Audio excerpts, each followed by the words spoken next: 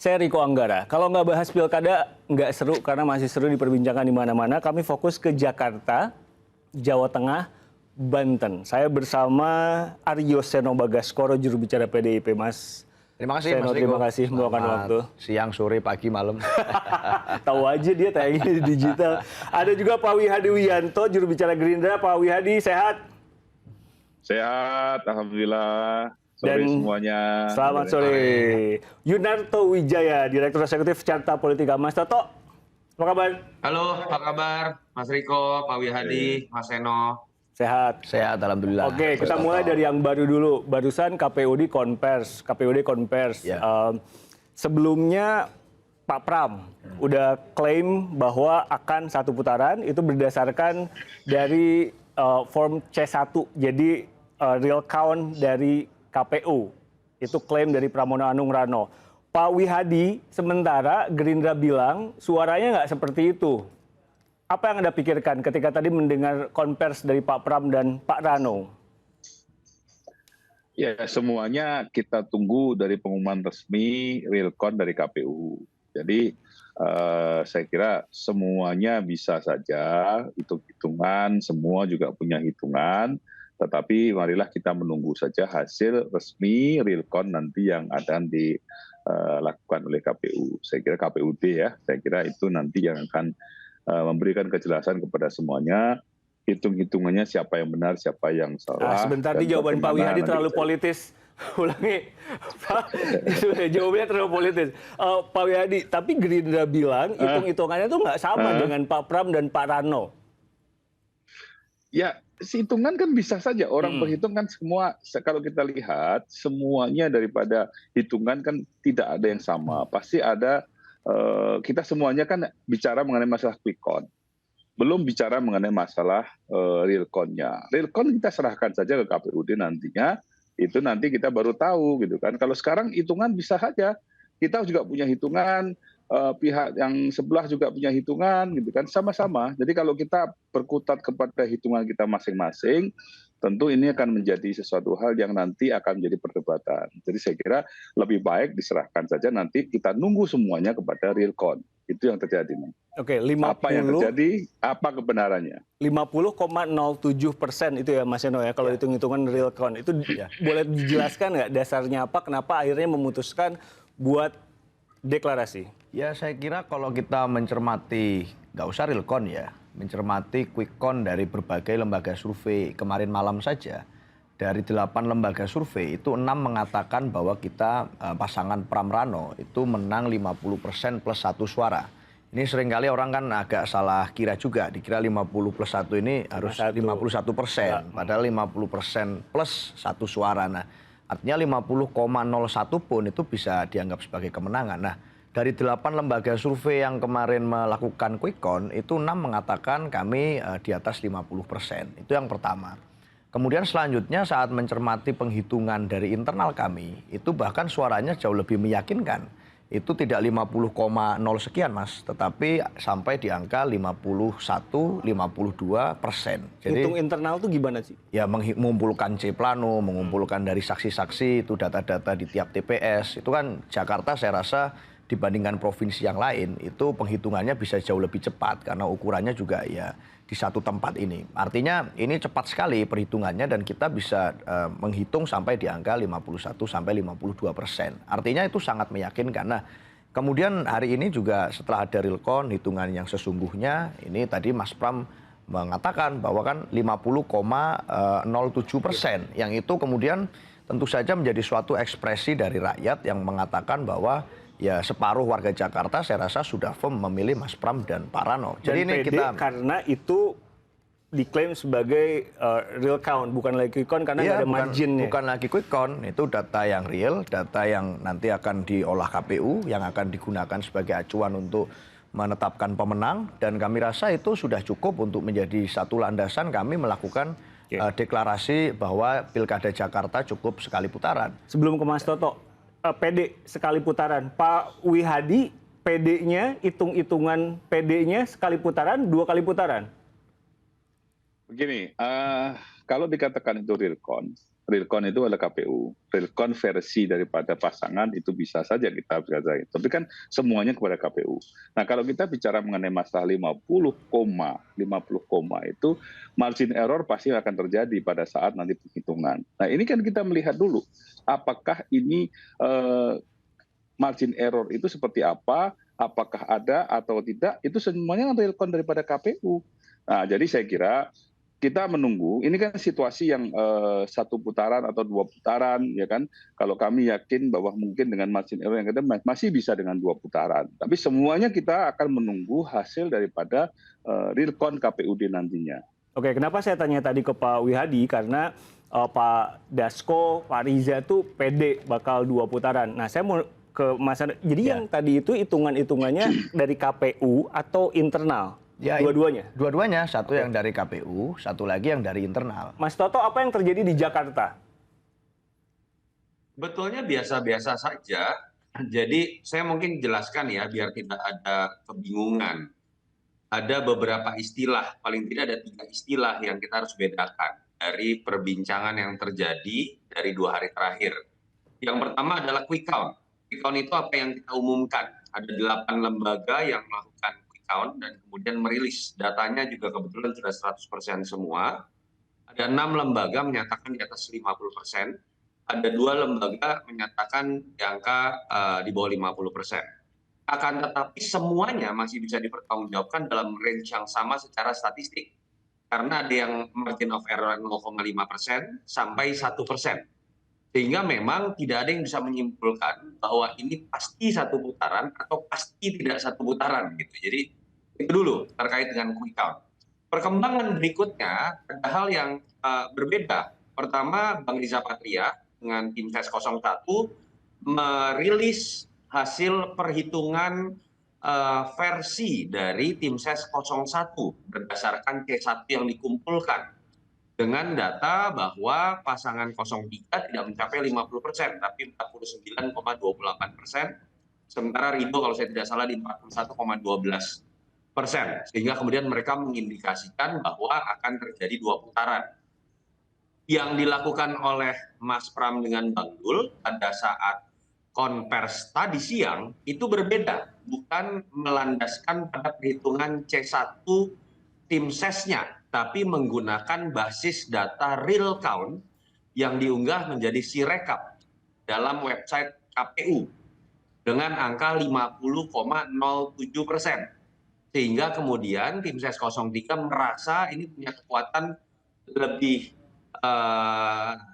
kuat tanda kutip karena bukan didasarkan pada perhitungan tim sesnya secara sepihak, tapi didasarkan pada unggahan data yang dilampirkan oleh KPU secara langsung dinamakan real count. Foto C1 ya, Mas Toto? Betul, didasarkan pada data C1. Nanti akan ada variabel yang keempat, namanya variabel perhitungan rekapitulasi manual. Yang itu nanti secara resmi akan menentukan baru secara legal apa yang akan diputuskan oleh KPU, apakah akan 1 putaran atau 2 putaran. Nah, memang kalau kita masuk pada wilayah legal, kita nggak bisa ngomong apapun nih. Artinya kita hanya akan berbicara pada skala normatif. Kita tunggu saja proses yang 16 Desember nanti paling lambat janji KPUD di seluruh Indonesia akan sudah diumumkan. Tapi biasanya melalui hasil PPK itu biasanya sudah sulit berubah lagi. Dan PPK ini dalam 3 hari ke depan kita biasanya sudah bisa mendapatkan datanya. Tapi apakah kita kemudian tidak bisa melakukan sebuah dialog, uji data? Menurut saya sih tetap bisa dilakukan ya sebagai bagian dari pendidikan politik. Nah, yang sekarang terjadi di Jakarta, Mas Riko, menurut saya jadi menarik. Ketika tim ses Pram atau Pramono Anung sendiri tadi merilis datanya based on data real count KPU yang ternyata berbeda dengan data tim ses 01, sebenarnya menarik untuk kemudian diperbandingkan saja. Di mana letak data yang berbeda, C1 di TPS mana yang berbeda, dan entah pilihannya kemudian kan adalah tim ses 01 salah memasukkan data, atau jangan-jangan KPU yang salah memasukkan data. Itu yang menurut saya sih sebenarnya kalau itu dilakukan dalam konteks pendidikan politik sambil kita menunggu rekapitulasi manual dari KPU itu sah-sah saja. Itulah kenapa saya tadi bilang bahwa yang dilakukan Mas Pram dan Rano itu berarti ngitungin manual dari foto C1 yang diunggah di website KPU kan?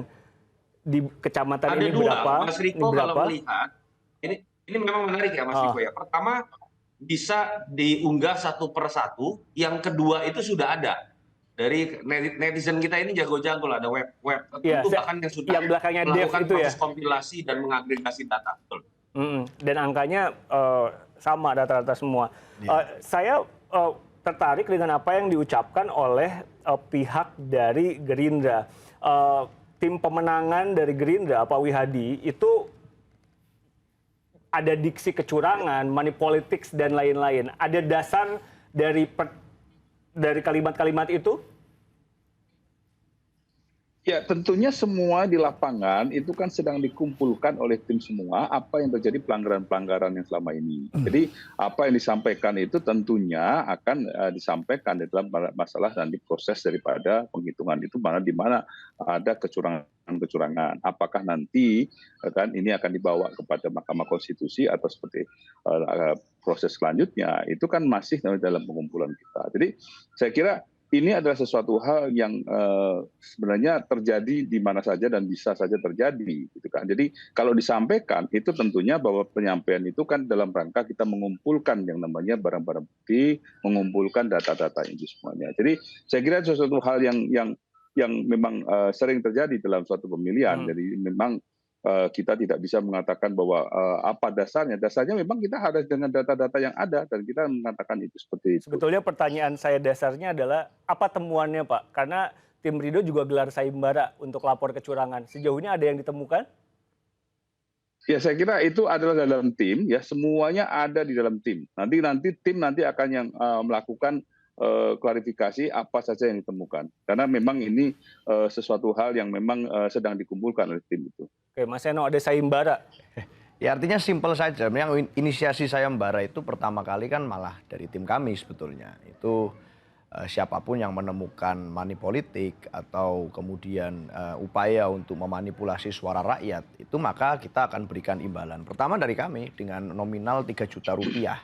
Kalau saya tidak salah ya, itu untuk siapapun yang menemukan atau melaporkan tentang money politik di bawah. Ada nggak yang lapor? Nah, pasti ada banyak sekali ya konsep-konsep yang itu terjadi. Nah, di media sosial saja saya rasa kan sudah sangat viral ya, berbagai black campaign, berbagai upaya, misalnya menyebarkan stiker yang bukan berasal dari pasangan kami, yang tertangkap tangan, itu banyak sekali kalau itu mencermati media sosial muncul.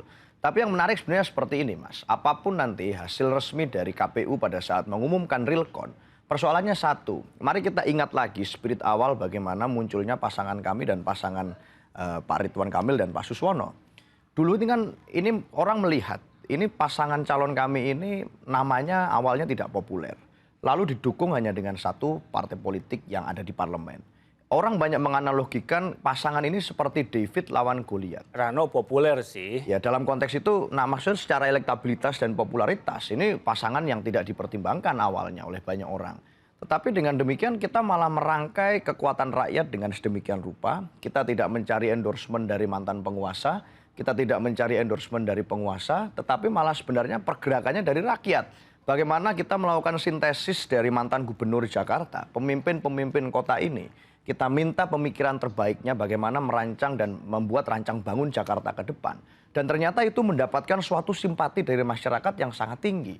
Angka-angka di survei itu menunjukkan bahwa simpati masyarakat terhadap pasangan David versus Goliat ini sangat tinggi. Sampai sekarang kemarin dari hasil yang diunggah oleh KPU sendiri, dari internal kami, dari berbagai macam survei yang menunjukkan quick count, itu menunjukkan bahwa antusiasme masyarakat terhadap pasangan kami ini luar biasa. Maka bagi kami saya rasa spiritnya adalah Jakarta ini epicentrum dari berbagai hal.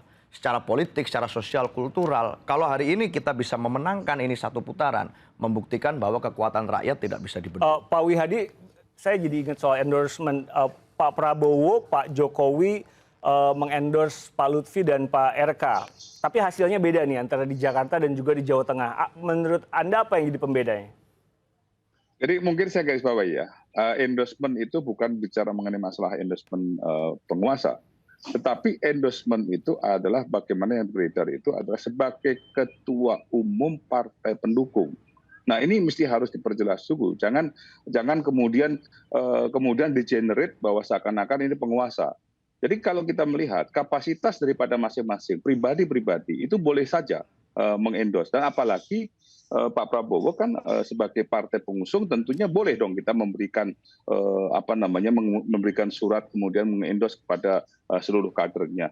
Dan itu adalah suatu hal yang sah saja karena bagaimanapun juga Pak Prabowo sebagai ketua umum Partai Gerindra, jadi masih ada. Jadi saya kira hal ini memang kalau kita melihat bahwa disinilah kita bicara mengenai masalah demokrasi. Demokrasi kita tidak melihat bahwa endorsement itu adalah dengan penguasa, dan Pak Prabowo jelas di sini bahwa tidak ada tekanan kepada siapapun, tidak ada kita menekan. Tapi artinya bahwa Pak Prabowo sebagai partai pengusung memberikan endorsement kepada sebagai ketua umum pada kadernya dan kepada partai sebagai partai pengusung, tentunya ini adalah jelas. Ini adalah memang sebagai ketua umum dan tidak ada penekanan sebagai penguasa. Nah, ini menunjukkan bahwa di mana masyarakat akan memilih dengan hati yang jernih siapa yang memang menjadi pilihan mereka masing-masing. Nah, inilah kan kita melihat bahwa bagaimana kebesaran daripada Pak Prabowo. Jadi jangan dia kait-kaitkan seakan-akan Pak Prabowo penguasa memberikan endorsement. Pak Prabowo sebagai ketua umum partai.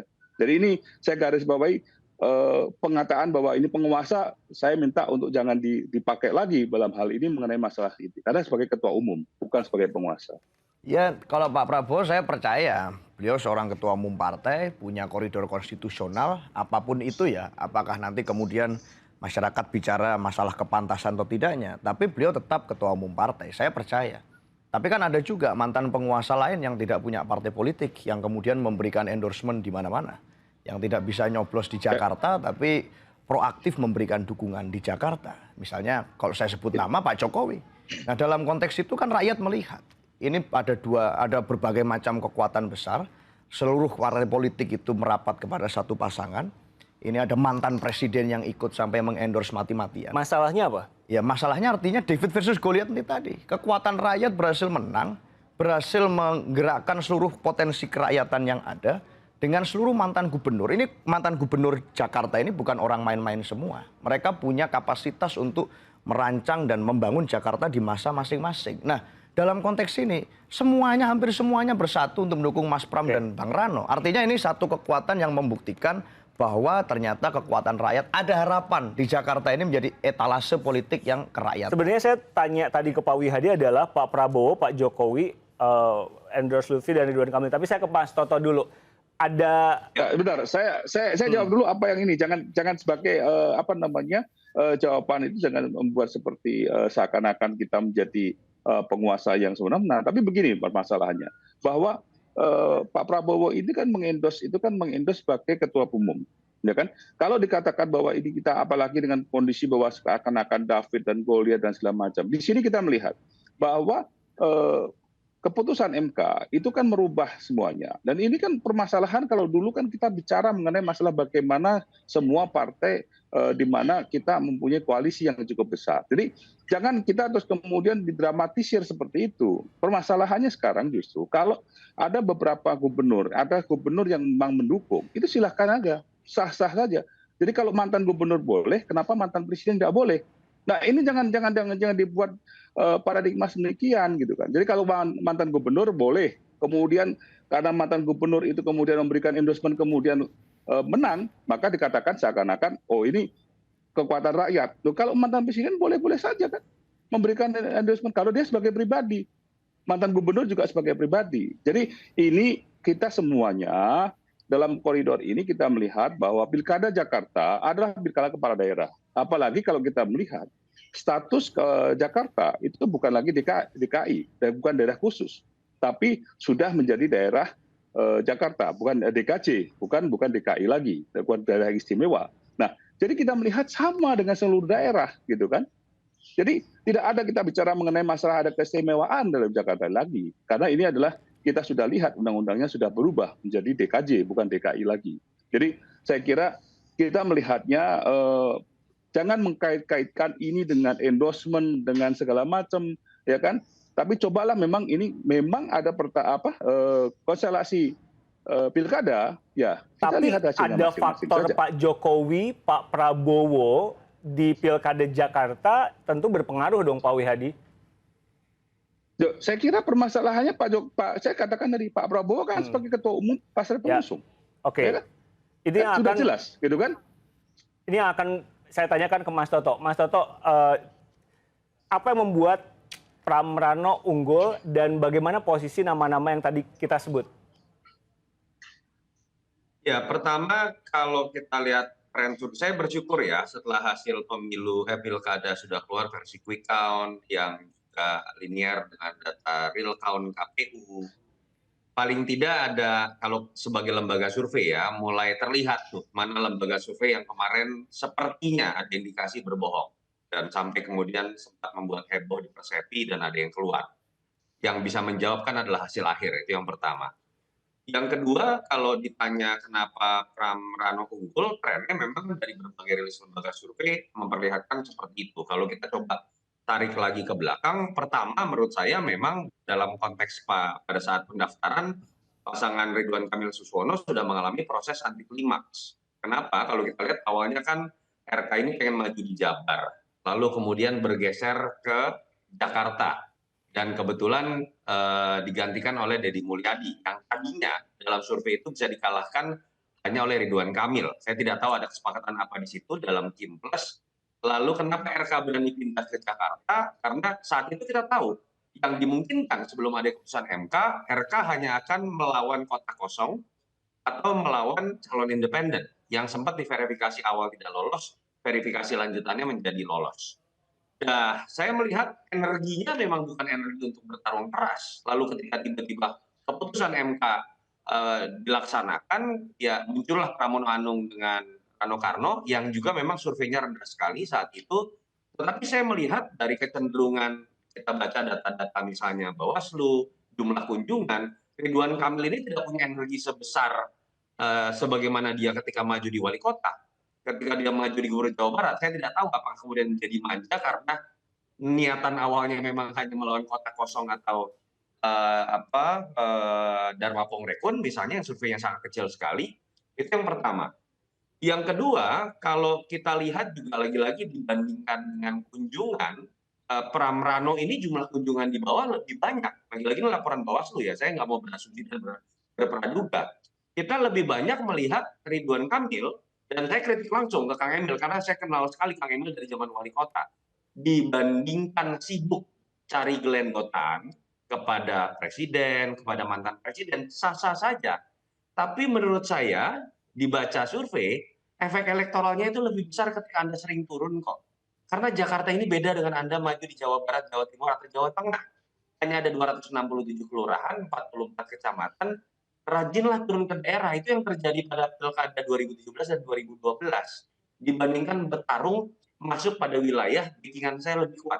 Kira-kira seperti itu. Nah, saya masuk kemudian pada pertanyaan Mas Riko dan perdebatan antara Mas Seno dengan Pak Wihadi. Sah-sah saja ketika kemudian mantan presiden mendukung, bahkan ketika bukan presiden mendukung ya, presiden kepala negara, dia tidak boleh berpihak. Ketika presiden yang kebetulan diperbolehkan masih menjadi ketua umum partai, atas nama ketua umum partai saja mendukung, kan dalihnya selalu seperti itu. Katakanlah itu sah. Tapi kalau kita baca survei di Jakarta, efek itu tidak besar. Bahkan kalau kita lakukan di beberapa lembaga survei, termasuk Carta Politika, kalau berhitung mengenai 4 tokoh besar di Pilkada DKI, ada Prabowo, ada Jokowi, ada Anies, ada Ahok. Jokowi itu tingkat efektivitas endorsement-nya itu paling kecil dibandingkan dengan 4 nama itu. Itu kalau mau berbicara mengenai membandingkan. Tapi balik lagi, paling besar efeknya itu bukan mencari 4 sosok ini siapa yang harus dipilih, tapi siapa yang lebih rajin turun dan belusukan, apalagi situasinya tidak sesulit daerah-daerah besar lain, disitulah kemudian kita lebih bisa memiliki peluang untuk menang. Dan saya melihat Ridwan Kamil tidak segesit dan serajin ketika dia maju pada saat menjadi wali kota ataupun gubernur. Itu di Jakarta, tapi di Jawa Tengah efek Pak Jokowi ke Pak Lutfi gimana, Mas Toto? Ya berbeda. Kan kita tentu saja melihat ini harus secara objektif, ada sisi-sisi yang berbeda. Pak Jokowi harus diakui jauh lebih kuat ketika berbicara di Jawa Tengah, begitu ya. Tetapi apakah serta-merta bahwa pertarungan di Jawa Tengah yang dimenangkan oleh Kim Plus itu disebabkan berarti oleh hanya oleh karena dukungan Jokowi yang lebih kuat, enggak juga. Menurut saya kalau Pak Andika yang menang malah mengagetkan. Misalnya kalau ada orang yang mengatakan, tapi itu kan kandang banteng. Betul suara banteng paling tinggi berdasarkan pileg. Tapi kalau suara banteng tertinggi pun diadu dengan kumpulan dari jumlah-jumlah dari keseluruhan partai di Kim Plus yang berhadapan-hadapan dengan PDI Perjuangan, ya mereka jauh lebih besar. Jadi tetap David and Goliath-nya bukan si banteng, tapi yang jumlah kekuatan lebih besar karena terdiri dari banyak partai. Yang kedua, Andika walaupun kita tahu karir militernya lebih tinggi dibandingkan karir polisinya Pak Lutfi, tapi ketika berbicara mengenai sudah bergerak mana lebih dulu, setahun setengah lalu kita ke Jawa Tengah, balihonya Pak Lutfi sudah ada. Sementara Pak Andika itu kan baru bergerak mungkin 2,5 bulan atau 3 bulan terakhir dan terdengar cukup mengejutkan ketika akhirnya dipilih oleh PDI Perjuangan gitu untuk maju di Jawa Tengah. Jadi dari sisi lain banyak sekali analisis yang bisa menjelaskan kenapa Pak Ahmad Lutfi bisa unggul di Jateng dan ada situasi yang berbeda yang kita lihat di DKI misalnya terjadi. Jadi kita ke Jawa Tengah nih, karena diksinya Mas Eno adalah wah kandang banteng kalah. Ya kalau bicara kandang banteng kalah tidak juga. Suara 40% itu dengan asumsi bahwa, bukan asumsi, realita kenyataan bahwa kita hanya sendirian di sana kemarin. Itu membuktikan bahwa seluruh mesin politik partai sudah bekerja secara optimum. Nah ini kan kalau bicara pilkada, sekali lagi di Jawa Tengah ini sama seperti di Jakarta. Dalam konteks ini kita satu lawan banyak. Dikeroyok oleh banyak sekali kekuatan partai politik melawan satu. Ini tidak hanya partai politik, disampaikan ada mantan presiden yang ikut. Jadi kalau sudah plus, ini plus-plusnya banyak. Maka dalam konteks itu tentu satu lawan semua dengan angka sekian. Ini membuktikan bahwa PDI Perjuangan secara mesin politik partai sudah bekerja secara optimum 40% itu. Tapi tentunya satu, yang masalah kerjasama politik partai atau koalisi partai yang kita menghadapi partai yang jumlahnya keroyokan. Itu yang pertama. Yang kedua, ada mantan presiden, Pak Jokowi misalnya, yang turun all out di sana. Dan kemudian kita tahu bahwa beliau presiden selama sekian 2 periode kemarin, tentu saja punya berbagai macam orang-orang dan proksi yang masih ada di pemerintahan, yang masih ada memiliki pengaruh kekuasaan dan lain sebagainya. Dan kita menerima laporan di Solo misalnya, di Boyolali misalnya, itu ada ketegangan-ketegangan yang melibatkan mobilisasi dan intervensi dari misalnya aparatur penegak hukum, dari ASN, dari PJ kepala daerah. Ini laporan yang sedang kami kumpulkan di Jawa Tengah. Dan apa tadi? Ketegangan terkait mobilisasi dan intervensi. Ini sedang kita laporkan semuanya. Ini yang disebut oleh Bu Mega. Ya, yang kita sekarang melihat bahwa ada warning. Ini demokrasi bisa terancam mati kalau caranya begini terus. Karena artinya rakyat tidak diberikan keleluasaan untuk memilih berdasarkan hati nurani. Tapi ada intervensi di sana. Nah ini yang sedang kami kumpulkan. Intervensi dari? Dari aparat penegak hukum.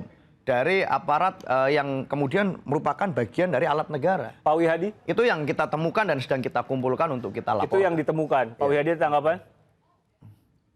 Ya kalau menang ngomongnya lain dengan yang kalah gitu kan. Nah itu kan sudah jelas. Jadi saya kira analisa dari Mas Toto itu sudah jelas bahwa ini pilkada ini adalah daerah dan kita melihat bahwa pilkada ini tidak hanya bicara gubernur tetapi pilkada serentak ini bicara bagaimana daerah tingkat 2 kabupaten kota.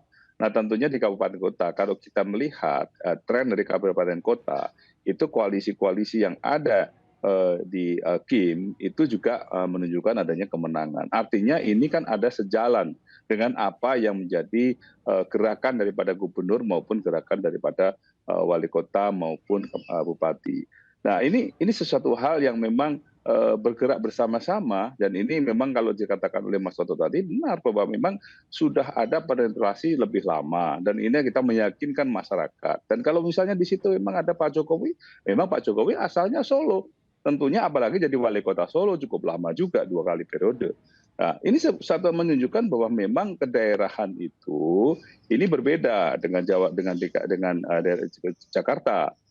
Tentunya ini ada perbedaan. Jadi kalau orang Jawa memang berbeda, Jawa Tengah berbeda. Nah, inilah saya kira bahwa apa yang menjadi hasil daripada Jawa Tengah ini memang sudah kerja-kerja yang dilakukan oleh pasangan-pasangan itu yang memang sejak awal dan kita melihat bahwa calon wakil gubernurnya itu juga adalah incumbent, gitu kan? Incumbent yang sudah yang dulunya menjadi yang sudah PJ, kemudian tapi kan itu mantan incumbent.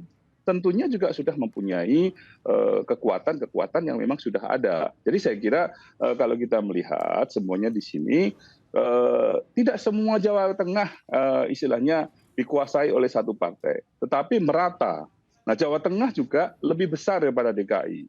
Nah, tentunya di sini merata dan segala sesuatunya kalau kita melihat, itu kita lihat saja dari bupati-bupati maupun calon pilkada-pilkada tingkat 2 itu kita lihat saja siapa yang menang, siapa yang kalah. Nah, di situ kita bisa melihat kekuatan-kekuatan real daripada masing-masing partai itu di mana. Kalau angle Mas Seno tadi yang bilang ada intervensi dan lain-lain, jawaban Pak Wihadi apa?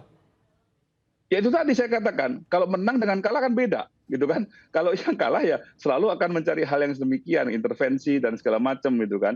Nah, ini sesuatu hal yang memang tidak perlu kita perpanjang permasalahan ini. Nanti tentunya itu nanti ada jalurnya, ada pelaporannya dan segala macam. Jadi kita tidak perlu memperpanjang permasalahan itu atau memberikan sesuatu permasalahan itu menjadi suatu hal yang sangat penting. Tetapi kita melihat bahwa daerah tentunya mempunyai kekuatan sendiri-sendiri. Dan kalau misalnya ada pelanggaran, semuanya kita melihat semuanya apakah memang seperti itu. Nah, ini kalau di DKI tidak mengatakan demikian, kenapa di Jawa Tengah mengatakan demikian? Padahal semua sama, tidak ada satu hal yang pengerahan seperti itu.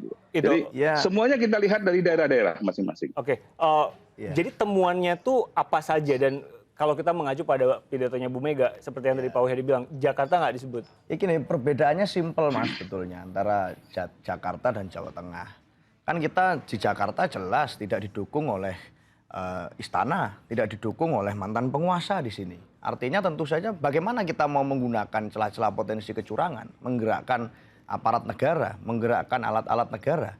Bagaimana, lewat mana caranya kalau kita mau melakukan cara itu? Nggak bisa. Jelas-jelas kita didukung hanya oleh partai politik yang jumlahnya minimalis. Di Jakarta kita bergerak dengan kekuatan rakyat. Anda bilang ini seolah-olah ada yang menggunakan kekuasaan, alat-alat negara dan lain-lain. Ya saya rasa kan kalau saya mengatakan ini kan mengulangi lagi apa yang saya sampaikan tadi, bahwa ya dari situ kita melihat di Jawa Tengah bahwa laporan-laporan itu masuk laporannya itu seperti apa? Ya terkait dengan mutasi dari PJ kepala daerah, terkait bagaimana mobilisasi kepala desa itu dilakukan, bagaimana ada intimidasi di bawah sehingga ketegangan itu muncul. Ini sedang kami kumpulkan semua, berbagai macam bukti-bukti itu, berbagai macam laporan yang masuk ke kami, karena prinsipnya kami menghargai pilkada, kami menghormati. Bahkan Pak Andika saja yang seorang mantan Panglima TNI, ini yang sebenarnya punya pengalaman memimpin aparat penegak hukum, memimpin aparat negara di sini. Beliau juga tidak menggunakan kekuasaannya atau bekas kekuasaannya untuk menggerakkan potensi-potensi yang di luar konstitusi. Beliau kembali menjadi sipil dan kemudian melakukan cara-cara penggalangan rakyat yang sebagaimana mestinya, turun ke bawah bertemu rakyat. Nah, contoh yang seperti ini yang kami harapkan sebetulnya bisa dilakukan dan terjadi di mana-mana untuk menghormati suara rakyat. Nah, waktu kampanye ini kan sangat singkat, 60 hari. Tentu dalam konteks menyampaikan pelaporan-pelaporan terkait berbagai situasi ini, ada waktu yang harus kami siapkan untuk bisa menyampaikan pelaporannya secara utuh. Ini sedang kami lakukan. Akan dilaporkan. Prosesnya sedang kami lakukan. Itu. Mas Toto, jadi terminologi Jawa Tengah adalah kandang banteng masih relevan nggak? Kandang banteng, Mas, karena pemenang pileknya masih banteng. Tapi kalau dianalogikan dalam pilkada kemarin, bahwa kandang banteng itu diartikan banteng lebih kuat kalau head to head-nya 1-1 dengan partai lain. Tapi kalau bantengnya sendirian kemudian berhadapan dengan 9 partai atau 12 partai, ya jumlah kekuatan banteng tetap kalah, Mas Riko. Ini kan istilah bahwa ketika berbicara mengenai kekuatan di pileg sebetulnya ya, bahwa Banteng ini masih memiliki kekuatan terbesar dalam konteks legislatif.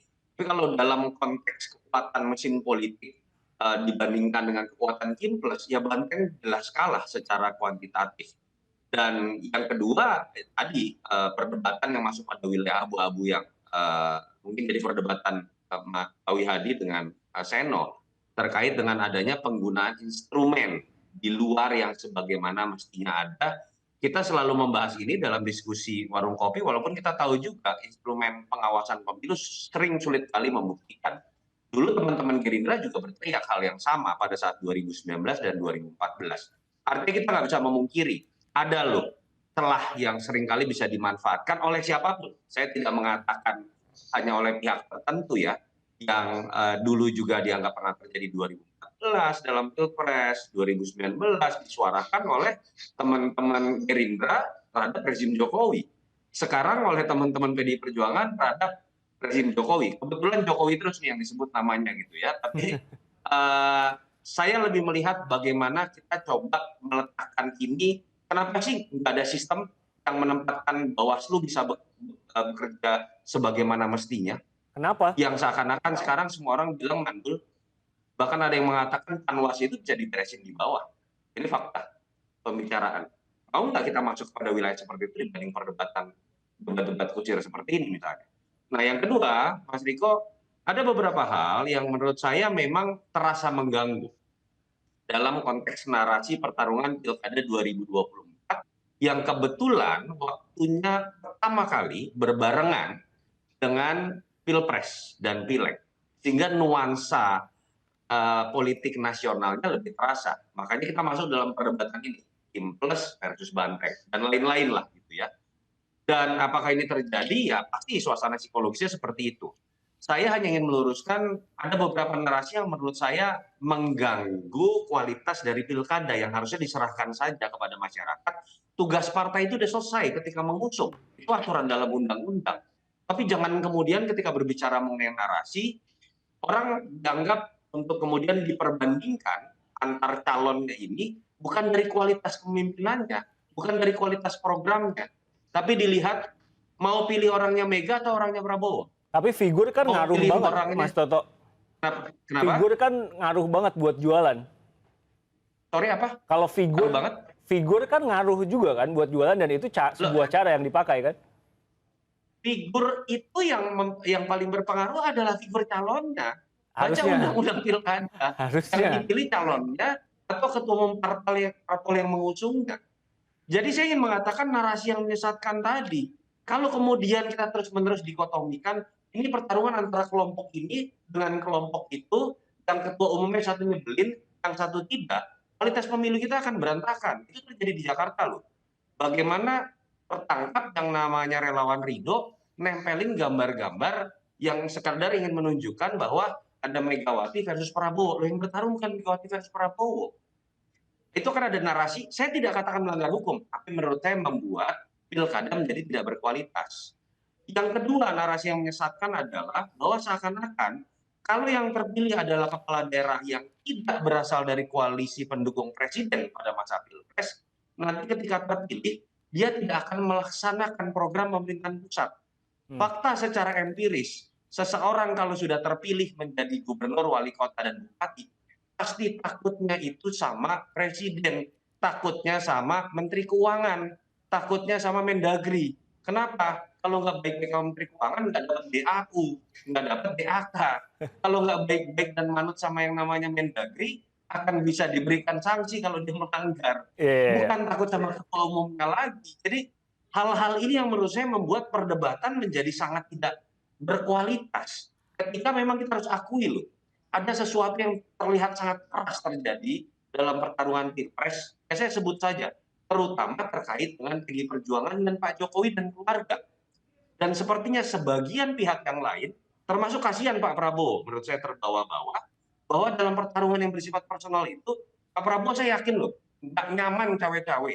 Saya tidak pernah melihat dalam 2 video Pak Prabowo mengendorse Andra Soni dengan yang namanya Ahmad Lutfi, itu mukanya seperti lepas gitu. Banyak yang dibahas oleh netizen kayak orang lagi disetrap.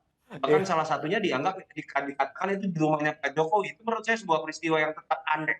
Buat saya janggal gitu ya.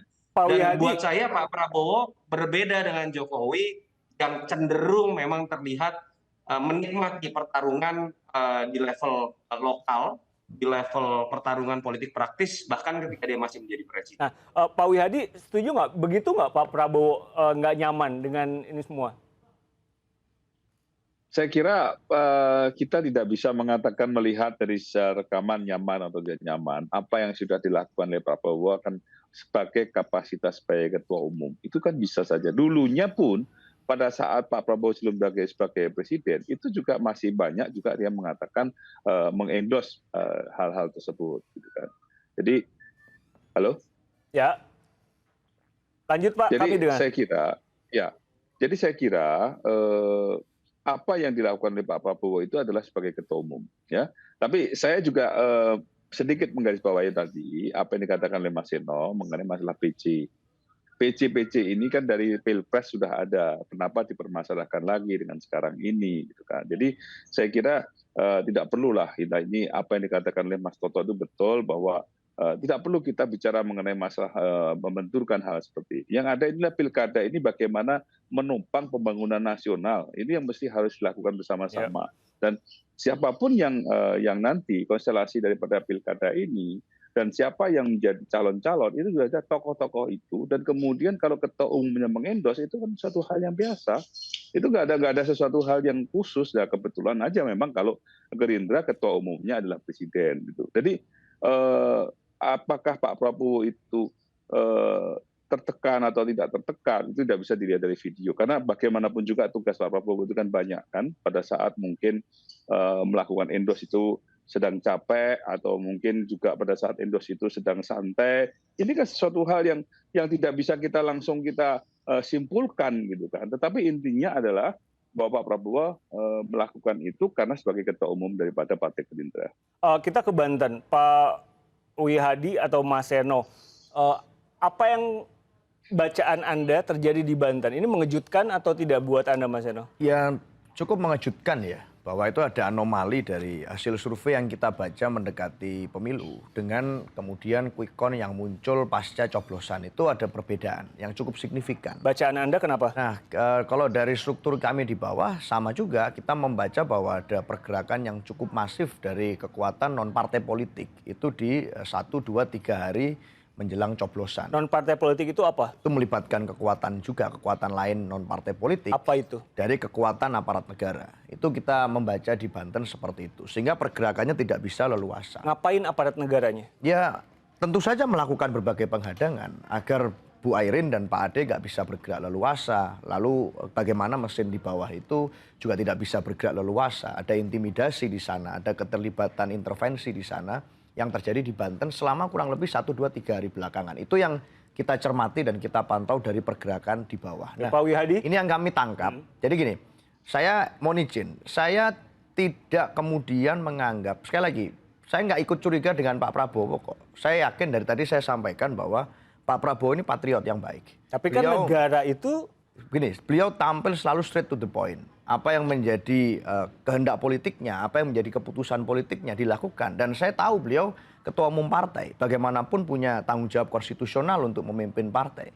Tetapi kan ada juga kekuatan-kekuatan lain. Ini saya malah ingin menyampaikan hati-hati. Jangan-jangan kekuatan pemerintahan Pak Prabowo ini sebenarnya ada pihak-pihak free rider yang berusaha untuk menumpangi, menggunakan jaringan-jaringan. Jaringan dari mantan penguasa misalnya, dari kelompok-kelompok tertentu, itu yang kemudian berusaha menumpangi. Nah, saya malah menyayangkan kalau itu terjadi. Karena Pak Prabowo sudah menyampaikan dalam pidatonya bahwa aparat harus netral.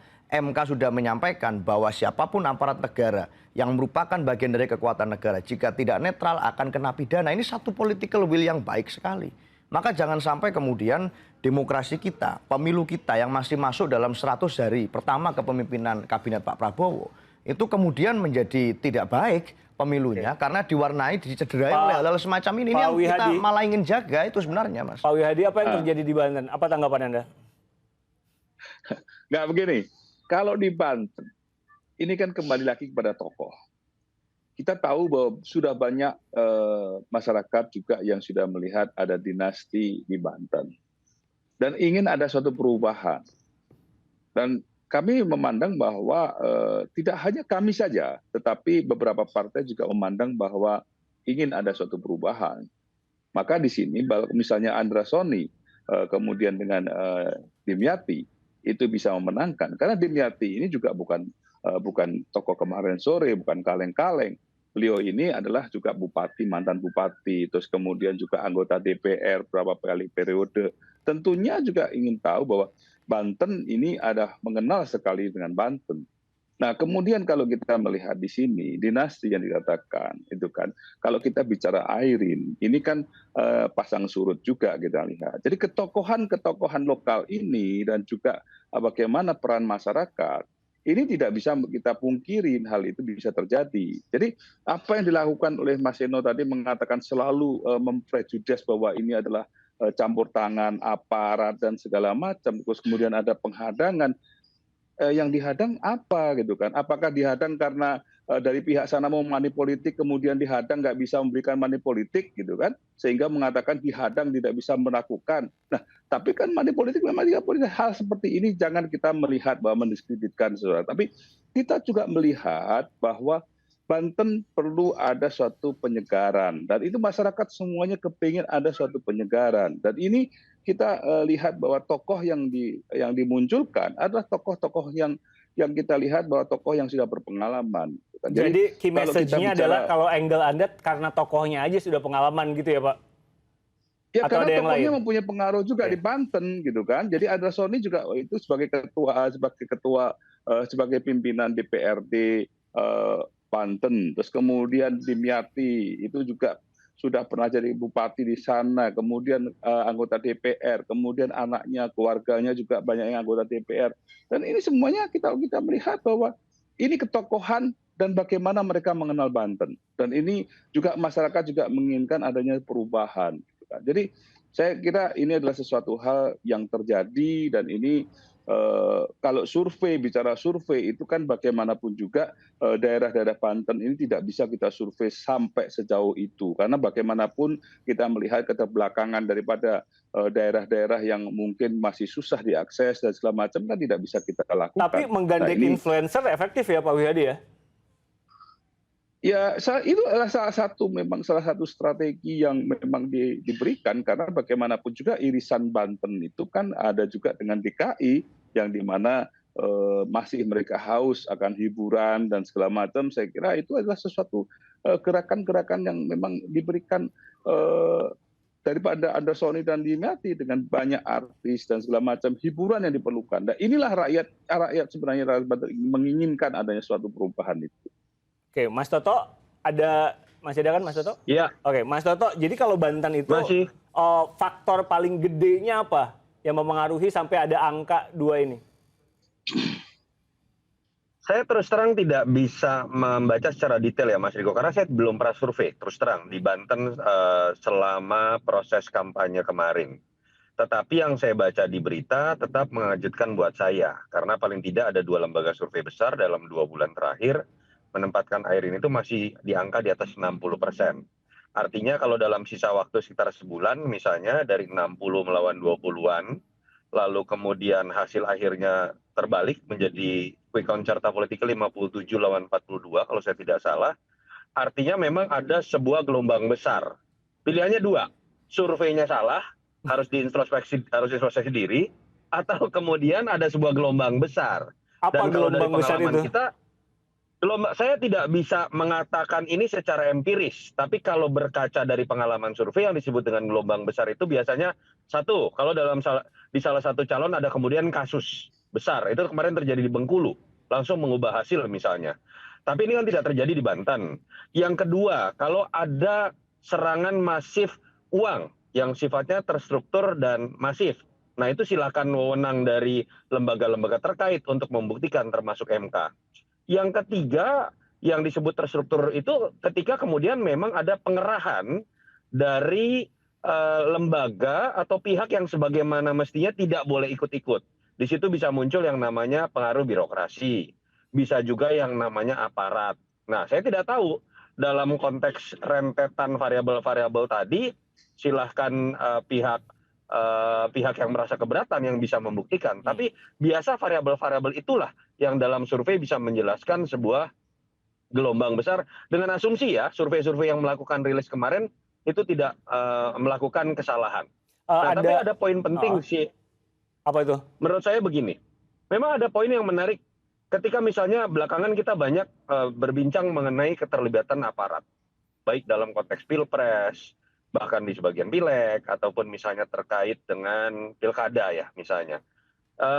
Memang ada hal yang menurut saya menjadi menarik kalau kita mau buka faktanya dan kemudian kita cari solusinya loh. Ketika berbicara mengenai pengawasan pemilu, ada yang namanya Bawaslu dengan semua turunannya. Panwas misalnya sampai di level daerah.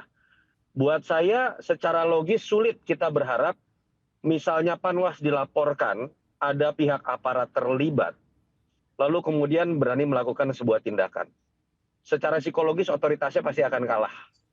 Ini fakta lah, kita berbicara fakta empiris apa yang terjadi di lapangan. Nah, saya tidak tahu ya bagaimana kemudian kita bisa membuat sistem aturan yang memang memungkinkan apabila ada pihak-pihak yang selama ini dianggap ditakuti di masyarakat. Sejauh mana dan Bawaslu kemudian bisa menghandle melakukan- dan bertaring untuk menghantam itu semua?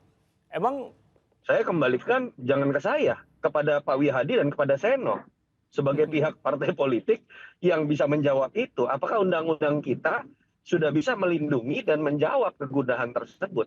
Tapi saya bicara sebagai warga deh, nggak usah bicara sebagai pengamat, saya bicara sebagai warga. Masuk akal nggak orang biasa? Panwascam itu biasa orang-orang biasa saja loh di kampungnya. Lalu berani nggak? Masuk akal nggak? Berani melaporkan misalnya kalau benar ada aparat terlibat dalam proses pelanggaran pemilu. Kok saya meyakini nggak berani ya? Kira-kira itu aja logika akal sehatnya. Nah itu yang harus dicari solusinya. Bukan sekedar kita membaca teks-teks dalam undang-undang. Faktanya seperti itu, bagaimana kemudian kita mencari solusinya baik dalam sebuah aturan ataupun sebuah sistem. Oke, Mas Seno terakhir. Jadi yang sekarang akan dilakukan secara holistik PDIP apa?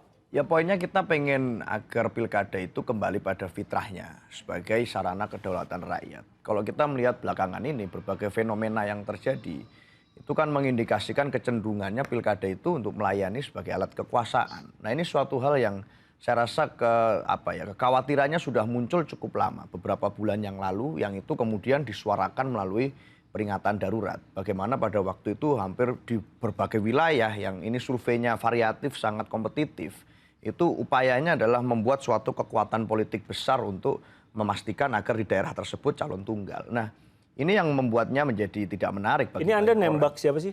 Apanya? Anda bicara Ya berbagai sama siapa? kekuatan besar politik lah, itu saya menyampaikan ke semuanya lah. Artinya sebagai mahasiswa, saya sebagai mahasiswa sekarang ya, itu pada waktu itu pun berapa bulan yang lalu keresahannya kan ada di mana-mana. Sehingga kalau sekarang terjadi seperti ini, lalu kami menerima berbagai laporan, sebetulnya itu rangkaian yang tidak terlalu mengejutkan kalau ditarik agak ke belakang, bahwa ada upaya semacam itu. Nah, bisa gagal kan karena putusan itu ada putusan MK yang mengatakan harus thresholdnya itu dipermudah untuk partai politik. Tetapi kan rancang bangunnya, desainnya itu sudah kita lihat cukup panjang berbulan-bulan yang lalu.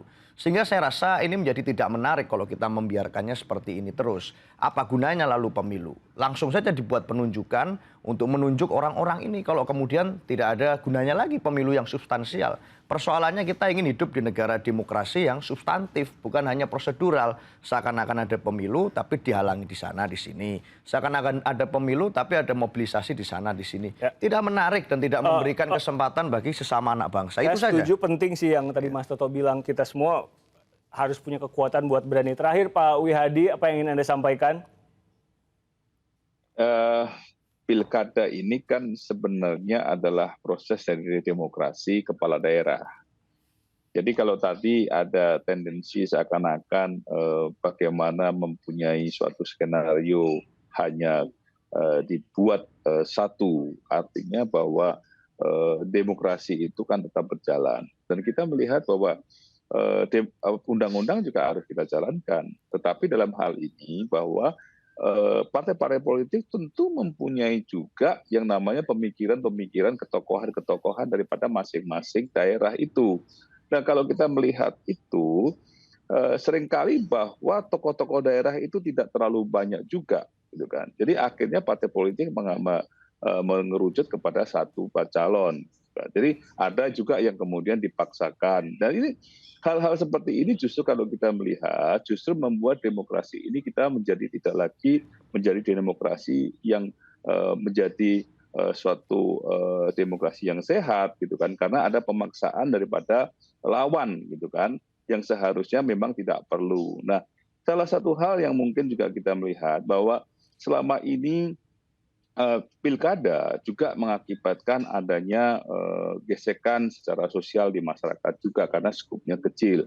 Nah, tentunya di sini bahwa kita melihat ke depannya bahwa demokrasi ini adalah harus menjadi demokrasi yang menyehatkan, tidak lagi menjadi sesuatu kedaerahan. Gitu. Jadi ini saya melihat ada sesuatu hal yang memang harus ada perbaikan dalam masalah penyusunan pilkada ke depannya. Oke, kita semua setuju tentang satu hal yang itu. Pak Wihadi, terima kasih meluangkan waktu untuk liputan 6 SCTV. Jangan lupa main-main ke kantor ya, nggak pakai Zoom lagi. Makasih Pak Wihadi. Saya di dapil. Iya, next time.